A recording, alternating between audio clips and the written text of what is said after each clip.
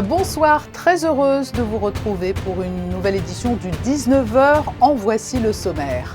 Ce sera Strasbourg. On connaît depuis hier soir le nom de l'adversaire de la Roca Team pour la première étape des playoffs du championnat de Betclic Elite. Un championnat dont le dernier match de la saison régulière a eu lieu hier. Monaco s'est incliné face à Cholet.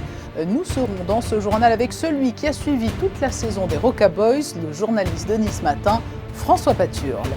Et du côté de la SMFC, il ne reste plus qu'un match de championnat. Il sera à l'extérieur, à Lens, samedi, pour partager un dernier moment privilégié avec ses supporters.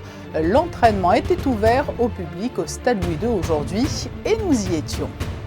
L'activité retrouve des couleurs en ce printemps 2022 avec les moteurs que représentent les Grands Prix. C'est tout Monaco qui bénéficie de ce bel élan. Nous irons au Yacht Club où le maître des lieux, Bernard d'Alessandri, nous expliquera que la reprise est bien là et qu'en parallèle, les projets autour d'un yachting durable se multiplient. Et puis alors qu'une menace planait sur de possibles opérations de contestation pendant le Grand Prix, le gouvernement princier et les taxis de la région ont finalement trouvé un accord. C'est la dernière ligne droite d'une saison aussi époustouflante que bien remplie pour la Roca Team. Hier, les basketteurs monégasques se sont inclinés 92-85 à Cholet. Ils terminent deuxième de la saison régulière de Betclic Elite, derrière l'Asvel, et connaissent donc leur adversaire pour les quarts de finale, Strasbourg. Pour dresser le bilan de cette saison régulière et voir les perspectives qui se dessinent pour la Roca Team, l'un des journalistes sportifs qui les suit est avec nous. Bonsoir François Paturle. Bonsoir Patricia. Ce match à Cholet a clôturé la saison régulière de Betclic Elite. Quelle saison! Il y a eu l'Euroleague aussi. Vous les suivez depuis longtemps, ces Roca Boys. Ils ont fait preuve d'une grande ténacité. Oui, parce que la saison était très, très difficile avec 75 matchs disputés depuis le mois d'octobre, donc un rythme effréné. Il a fallu jouer sur les deux tableaux, le championnat et l'Euroleague. On connaît le parcours exceptionnel accompli par les joueurs de Sacha Obradovic en Euroleague avec ces matchs à Athènes, au Pirée, qui nous ont épatés, hein, même si on a été éliminés au bout. Et donc maintenant, le fait d'avoir été au moins éliminé en Euroleague permet d'avoir une petite semaine pour préparer les playoffs en championnat et sur ce plan-là, c'est pas plus mal.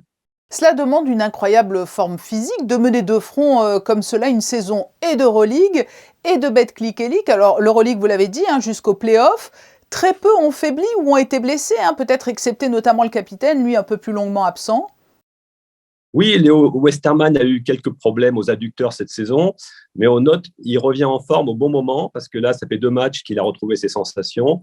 Et c'est vrai que l'effectif a bien tenu sur le plan physique. Et on en profite pour faire un petit clin d'œil à Jeff Turpin, le kiné, et Diego Goncalves, le préparateur physique, qui font du super boulot à la Roca Team. Pour revenir à la saison plus particulièrement de Betclic Elite, il y a eu des hauts et des bas, mais il termine en haut du classement, tout près du rival, l'Asvel, qui lui n'a pas disputé les playoffs d'Euroleague. C'est une belle place, cette deuxième place. Oui, c'est une belle place parce que ça assure l'avantage du terrain au moins jusqu'à la finale. Alors, tout le monde s'attend à une finale contre Villeurbanne. Je pense aussi qu'il y aura une finale contre Villeurbanne. C'est mon pronostic. Et dans le cas d'une finale à Villeurbanne, c'est l'Asvel qui aura l'avantage du terrain, mais un avantage, mais ça ne paraît pas rédhibitoire parce qu'on a vu la capacité des Roca Boys à aller gagner des gros matchs à l'extérieur cette saison.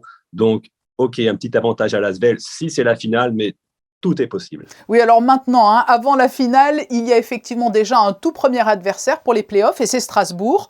On peut s'en féliciter ou pas? Monaco est favori. Mais attention à cette équipe de Strasbourg qui a déjà battu 2 fois la Roca Team cette saison. Une fois en Coupe de France, certes, dans des circonstances particulières, parce que c'était le 3e match en 3 jours, et une autre fois en championnat à Strasbourg, aussi dans des conditions particulières, parce que c'était le dernier match de Zvezdan Mitrovic, un contexte donc assez spécial. Et on se souvient le match à Monaco en championnat où la Roca Team avait gagné à la dernière seconde sur un tir assez incroyable de Dwayne Bacon du milieu de terrain à la dernière seconde. Donc, on peut s'attendre quand même à des matchs assez serrés, même si je pense que la Roca Team a largement les moyens de passer ce tour. Mais le plan idéal pour la Roca Team après Strasbourg, si toutefois il y a une victoire, c'est d'avoir sur sa route jusqu'au mois de juin quelles équipes ? Alors ensuite, si la Roca Team arrive à battre Strasbourg, elle rencontrera en demi-finale le vainqueur du match entre Levallois et Pau Orthez. Et ça sera aussi une belle affiche avec cette équipe notamment de Boulogne-Levallois qui a longtemps dominé le championnat, qui est entraîné par Vincent Collet, l'entraîneur de l'équipe de France. Donc ça sera aussi une super affiche. Mais là aussi, je pense que la Roca Team a les moyens de passer. Il y a eu plusieurs échecs au cours des dernières saisons en championnat. Après cette grisante fin de saison en Euroleague, ça peut être l'année de Monaco pour décrocher le titre ? Eh bien, je dois dire que c'est vraiment l'objectif du club à 100%. C'est vrai que ce titre de champion de France, comme vous le dites, manque au palmarès. On l'attend. C'est vraiment quelque chose qui fait vibrer un petit peu le cœur aussi des supporters, parce que Monaco n'a jamais été champion de France. Et oui, cette année, c'est possible, c'est jouable, mais il faut s'attendre à des combats difficiles. Alors, vous l'avez mentionné aussi, un petit clin d'œil aux supporters. Ils ont été incroyables. Ils ont suivi l'équipe un peu partout en Europe. Le fait peut-être aussi d'être parvenu à jouer dans sa salle cette saison d'Euroleague, ça a fédéré encore plus. Il y a eu un élan vraiment général en principauté autour de la Roca Team. On a eu une ambiance exceptionnelle cette année à Gaston-Médecin, cette saison. Et c'est vrai qu'on a hâte de revivre cette ambiance pour les playoffs avec tous les supporters en rouge et blanc et le cœur qui va battre très fort des supporters de la Roca Team, à n'en pas douter. Ouais. En conclusion, François Paturle, qu'est-ce qui fait le secret de l'insolente réussite monégasque cette année ? Ce sont de superbes individualités qui parviennent à sublimer le collectif. C'est une âme, un supplément d'âme, c'est un coach. Quel est selon vous le secret de cette année ? Je dirais c'est beaucoup un coach, avec Sacha Obradovic qui a réussi à cimenter un collectif, qui a réussi à créer une âme, comme vous le dites. C'est très important pour gagner des matchs. Les individualités, aussi brillantes soient-elles, ne suffisent pas. Il faut que chacun a son rôle dans une équipe. Et il a réussi à bâtir ce collectif. Et c'est aussi, bien sûr, des bonnes recrues, avec des joueurs comme Dwayne Bacon, Mike James, Dante Hall. Ce sont des joueurs qui font rêver le public et qui ont énormément de talent. On pense aussi à Donatas Motiejunas, à Yacouba Ouattara, à Paris Lee, on pourrait tous les citer. C'est une équipe qui a énormément de talent. Il fallait réussir à les faire jouer ensemble et à ce que tout le monde fasse des sacrifices en défense. C'est ce qu'a réussi à faire Sacha Obradovic. Oui, les joueurs ont pris beaucoup de plaisir sur cette saison et les journalistes et commentateurs aussi, ça se sent. Merci François Paturle d'avoir accepté notre invitation au lendemain de la fin de la saison régulière du championnat de Betclic Elite. Merci. Et voici donc le calendrier qui attend la Roca Team pour ses quarts de finale. Premier match à domicile, le mercredi 25 mai à 20h, puis le match 2 le samedi 28 mai à Strasbourg. Et enfin, si nécessaire, le troisième match le lundi 30 mai à 20h à la salle Gaston-Médecin. Pour la SMFC, le programme, c'est un dernier match ce week-end face à Lens. Les footballeurs monégasques sont actuellement deuxième du classement de Ligue 1. Et avant son dernier match de championnat, l'AS Monaco FC a ouvert au public son entraînement ce matin. Des centaines de supporters se sont ainsi rendus au Stade Louis II pour assister à l'une des toutes dernières séances de la saison. Le récit d'Émilie Rousseau sur des images de Lionel Bernardi. Un entraînement délocalisé au Stade Louis II sous les yeux de plus de 300 supporters rouges et blancs. Pour la deuxième fois de la saison, l'AS Monaco avait décidé d'ouvrir les portes de sa séance à ceux qui les soutiennent dans cette folle saison. Le club de la Principauté reste sur 9 victoires d'affilée. Il est actuellement deuxième du championnat et compte bien finir dauphin du Paris Saint-Germain. Ces encouragements sont plus que bienvenus avant cette semaine décisive. On a supporté les joueurs. T'es content d'être ici aujourd'hui ? Oui. Véritable spectateur privilégié, les supporters ont assisté à l'intégralité de la séance au plus près des joueurs. Ça change un peu du cadre des matchs, de venir les voir s'entraîner, donc c'est agréable. On n'a pas l'habitude, c'est la première fois que je viens à un entraînement. Je peux prendre des photos, c'est incroyable. Franchement, je me sens très privilégié même. Je trouve que pour les enfants, c'est bien, parce qu'ils viennent en match toute l'année, parce qu'ils ont le droit à des places. Et de venir les voir en entraînement, je trouve que c'est cool. On s'amuse bien, on les voit. À la place qu'à chaque fois on les voit en match, là on les voit vraiment quand ils s'entraînent en groupe. À l'issue de l'entraînement, l'ensemble de l'effectif a partagé un moment avec les supporters, séance de dédicaces, photos. Les joueurs ont pris le temps de se nourrir de tous ces encouragements. Je pense que le club a fait exprès de mettre ça mercredi. Après, il y a peut-être pas mal de petits qui ont loupé l'école, mais je pense que c'est pour la bonne cause aujourd'hui. Mais en tout cas, on est très content de ressentir cet engouement autour de notre équipe. Ça nous fait du bien un peu, on avait besoin de ces supporters. On a besoin un peu de personnes qui sont là et qui viennent nous aider, nous procurer un peu d'émotions et de choses. Donc la journée en plus elle s'est bien passée, il fait beau, il fait chaud, c'est bien. C'est cool, ça nous amène de la joie, de la bonne humeur. Il fait beau, on s'est bien entraîné, c'était un peu dur. Et j'espère que ça nous donnera beaucoup de force pour samedi, parce que dernier gros match, donc c'est important. On est prêt pour le match qui nous attend. On sait qu'on a une victoire importante à aller chercher, donc voilà, on travaille dur à l'entraînement. Ce soutien tombait donc à point nommé, de quoi faire le plein de confiance avant le déplacement à Lens ce samedi à 21h. Et n'oubliez pas, pour les supporters ne pouvant pas faire le déplacement au Stade Bollaert, l'AS Monaco FC vous propose de vivre ce match sur écran géant au Stade Louis II samedi à 21h pour soutenir à distance le groupe de Philippe Clément. N'oublions pas le football amateur aussi. Mardi soir se disputaient les finales du Challenge Régnier 3 au Stade Louis II. Bonsoir Vanessa Dessy. Bonsoir Patricia, bonsoir à tous. La soirée a débuté à 18h avec la finale du 27e trophée Ville de Monaco, remportée par la Sûreté publique face à AMI Monaco à l'issue d'une séance de tir au but. Elle s'est poursuivie à 20h par la finale du 44e Challenge Prince Régnier 3 qui opposait les équipes des Carabiniers du Prince et de Vinci Construction Monaco. C'est également au tir au but que les Carabiniers du Prince ont remporté cette rencontre. À l'approche du Grand Prix, la Fondation Flojac organise une soirée caritative. Créée en 2012, la Fondation Cédric et Christophe Flojac a pour mission d'aider les enfants dans le besoin ou de participer au développement scolaire, artistique, culturel et sportif de jeunes dépourvus de moyens. Cette année, la soirée caritative est de retour le mardi 24 mai à 19h à la direction de course. Un événement qui rassemblera de nombreux athlètes et partenaires, en présence notamment de Jackie X et Jean Alési, qui sont les parrains de la manifestation. De la pétanque, Vanessa, et des championnats du monde réussis pour les représentants monégasques. Le championnat se déroulait ce week-end au Danemark. Monté tout de même sur le podium, la paire mixte composée de Vincent Fernandez et Caroline Godard s'est inclinée en demi-finale face aux Thaïlandais vainqueurs du concours.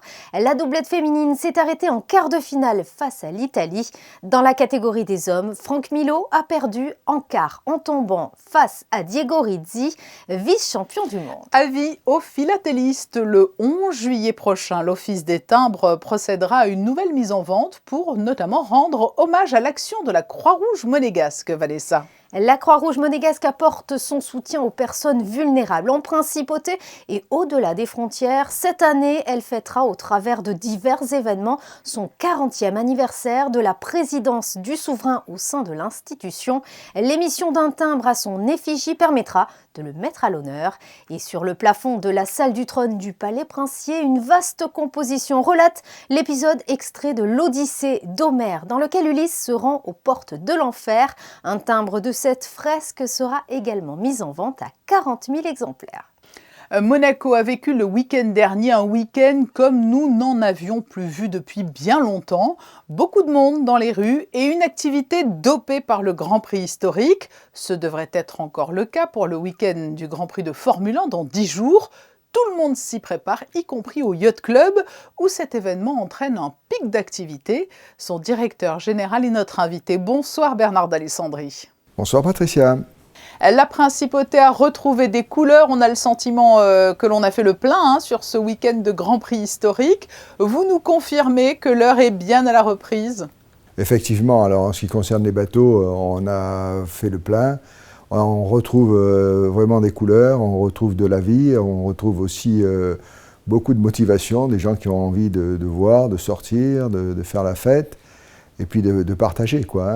Il y a un sentiment de libération, si je peux employer ce terme-là. Et puis donc après le Grand Prix historique en ligne de mire dans une dizaine de jours, c'est le Grand Prix de Formule 1. Cela représente un pic d'activité pour vous. Comment vous organisez-vous au Yacht Club ? Alors effectivement, alors même si pour nous ce n'est pas le même taux d'activité que pour l'Automobile Club, que je tiens à saluer au passage pour tout ce qu'ils font et les encourager, mais c'est aussi une activité parce que c'est l'occasion pour nos partenaires de venir à Monaco et d'assister depuis le Yacht Club à ces courses-là. Et nous nous réjouissons tous de ce regain d'activité et ce retour à une vie normale, mais vous n'avez pas chômé pendant la période délicate que nous avons connue et vous avez notamment continué à avancer sur le dossier de Marina Durable. Le Yacht Club est à la manœuvre, pour reprendre un terme marin.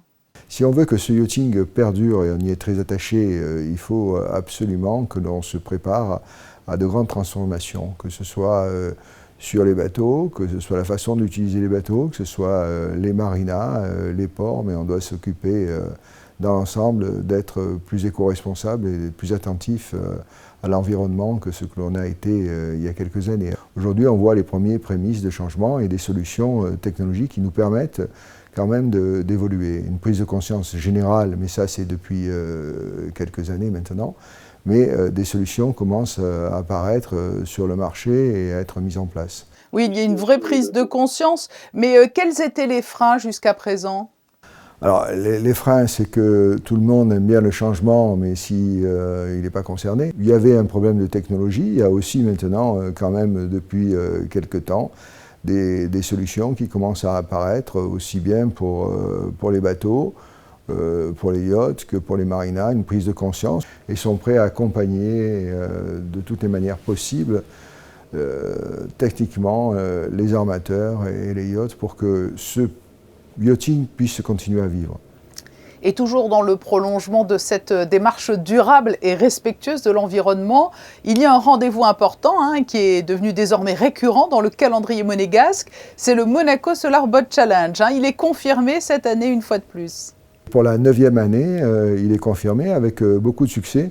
Et on est à la fois très heureux de recevoir tous ces petits jeunes. On reçoit environ 400 jeunes ingénieurs qui sortent de grandes écoles du monde entier. Alors c'est une compétition où en fait une compétition à la fois de vitesse, d'endurance et de manœuvrabilité et pour faire déplacer les bateaux mais sans émission de CO2. Donc quels que soient les moyens, ce sont des bateaux qui ne doivent pas polluer.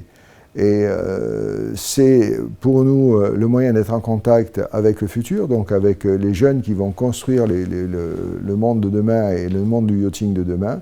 C'est aussi le moyen de voir que les technologies évoluent. On va rappeler les dates parce que c'est aussi un joli spectacle dans le port de Monaco. Alors c'est un très joli spectacle aussi, et puis l'année prochaine, je pense qu'on aura aussi une annonce très importante parce qu'on voit qu'il y a un virage qui s'effectue dans le yachting avec de plus en plus de bateaux hybrides, de plus en plus de bateaux carrément électriques, et puis on voit poindre d'autres bateaux, d'autres projets de bateaux, et on a, je pense que l'année prochaine, ça va être une année encore plus importante. Chaque année, cet événement grandit. Voilà, et le rendez-vous, c'est du 4 au 9 juillet au Yacht Club de Monaco. Merci Bernard d'Alessandri d'avoir été notre invité. Merci à vous. Nous évoquions le Grand Prix de Formule 1 avec Bernard d'Alessandri. Le gouvernement princier a trouvé un accord avec les taxis azuréens, Vanessa. En effet, face à la menace d'opération escargot durant le Grand Prix, le gouvernement princier annonce la mise en œuvre de différentes dispositions destinées aux professionnels maralpins du transport de personnes. Un quota de vignettes supérieur à plus de 50% à celui de 2021, l'introduction d'une limite de 100 courses par vignette, un assouplissement de la contrainte des 3 ans d'existence, la suppression de l'acquis d'une vignette pendant au moins 2 ans pour les VTC et enfin le retrait d'avoir entre 2014 et 2019 obtenu au moins une vignette pour les taxis. Ces dispositions feront l'objet d'une publication exhaustive au journal de Monaco le vendredi 20 mai prochain. Une bonne nouvelle pour l'une des startups de Monacotech, Yacht Needs annonce une levée de fonds d'1,25 million d'euros. Yacht Needs développe développe la première marketplace internationale destinée aux yachts et super yachts. Cette plateforme en ligne permet aux capitaines, équipages et propriétaires d'acheter des produits spécifiques au yachting auprès de milliers de fournisseurs. Le tour de table a été mené auprès d'un investisseur privé et résident en principauté. Cette levée permettra à la start-up de poursuivre son déploiement à l'international, notamment aux États-Unis, avec un lancement prévu en septembre. C'est une initiative initiée par le NMNM. Le nouveau musée numérique propose des résidences en milieu scolaire pour poursuivre l'expérience du musée au-delà des salles d'exposition traditionnelles. Une manière d'intéresser les enfants au monde de l'art et d'aborder la création numérique. Christina Thomel et Sylvain Péroumal se sont rendus à l'école des Rêvoirs pour rencontrer les élèves qui participent à ce projet. Créer un contenu numérique associé à des expositions, telle est la volonté du nouveau Musée national de Monaco, en permettant à de petits écoliers de faire marcher leur imagination et de revêtir le temps d'un instant le rôle de régisseur, de scénographe ou encore de conservateur de musée. Après avoir visité l'exposition Tremblement au NMNM, les enfants se sont plongés cette fois dans la création en imaginant un musée virtuel, un musée numérique qui renfermerait tout ce qui intéresse les petits. Et le principe, c'est de pouvoir permettre aux enfants déjà d'être plus à l'aise à travers un média qui est celui aujourd'hui très présent dans leur vie quotidienne du numérique, de pouvoir le maîtriser, de mettre en place un projet, de l'imaginer à travers un logiciel assez simple a priori, mais qui leur permet quand même de concevoir une œuvre, en tout cas un projet d'ordre artistique et qui surtout leur laisse libre cours à leur poésie, à leur imagination. Ils travaillent en binôme. C'est un projet très dynamique qui poursuit l'expérience du musée. Dans les différentes salles de ce musée numérique imaginé par les enfants, les questions de transmission, de sauvegarde ou encore de collection ont été prises en compte. Dans ces salles, les enfants ont pensé ce qu'ils voulaient montrer dans un musée en prenant bien en compte de ce que c'est un musée, c'est-à-dire la question de la transmission, qu'est-ce qu'on veut transmettre, qu'est-ce qu'on veut exposer, qu'est-ce qu'on veut éventuellement sauvegarder. C'est rigolo, il y a beaucoup de sportifs, donc il va y avoir beaucoup de rencontres sportives entre des sports qui ne se jouent pas normalement ensemble, des sports réels et imaginaires. On va avoir des ligues qui jouent au basketball, on va avoir des oursons en guimauve qui jouent aussi au sport. Donc il y a beaucoup de sport et aussi des sensibilités personnelles, par exemple des questions de stylisme, de robes de designer. On a fait une salle de musée mais avec des robes en pixel art.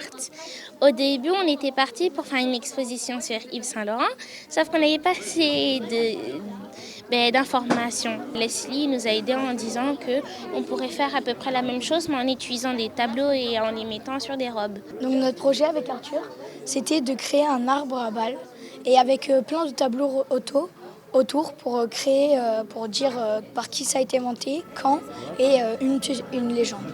Il s'agissait ici de la dernière séance d'un cycle de 5 ateliers sur la thématique de la rencontre, des séances riches et créatives qui ont permis aux enfants, à travers des outils qui sont les leurs, d'être plongés dans le milieu artistique, mais aussi dans le monde numérique. Toujours très important, les prévisions météo à venir. Quel temps est-il prévu jeudi, Vanessa ? Eh bien Patricia, la journée sera principalement ensoleillée, même si quelques nuages pourraient faire leur apparition dans la journée. Une légère brise pouvant atteindre 12 km/h est attendue sur le territoire. Les températures iront de 20 à 25 degrés. Le soleil se lèvera à 5h59 et se couchera à 20h53 et nous fêterons les Yves. C'est noté, merci Vanessa. Demain, c'est Émilie Rousseau que vous retrouverez à 19h pour un nouveau journal. Je vous propose de nous quitter comme chaque soir avec les photos du jour. Elles sont signées Stéphane Dana et nous emmènent au stade Louis II où les supporters de l'ASM FC ont eu le privilège aujourd'hui d'assister à l'entraînement avant le dernier match de la saison à l'extérieur samedi prochain. Très belle soirée à vous.